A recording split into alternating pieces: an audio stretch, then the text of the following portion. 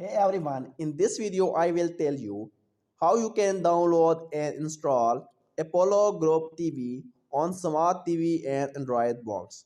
So in order to download Apollo Group TV and install, first of all go to your Chrome browser on your mobile phone or laptop and search for apk.apg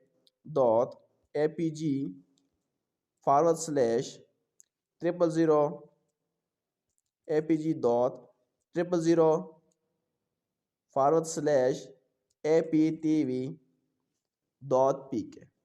When you click on this, just check out this address. Just type this address on your Chrome browser, either on your mobile phone or on your laptop.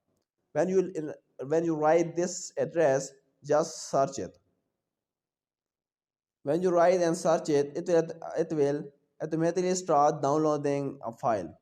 So after downloading, just open out your file manager and go to your documents, and here you will find an apks. In apk here you find that apt.apk. Just click on this file and you can see it will install Apollo Group TV. Just give you permission and you can see Apollo Group TV. Just click on install and it will automatically start Apollo Group TV app on your Android or your laptop. So this is the way how you can install Apollo Group TV app on your browser.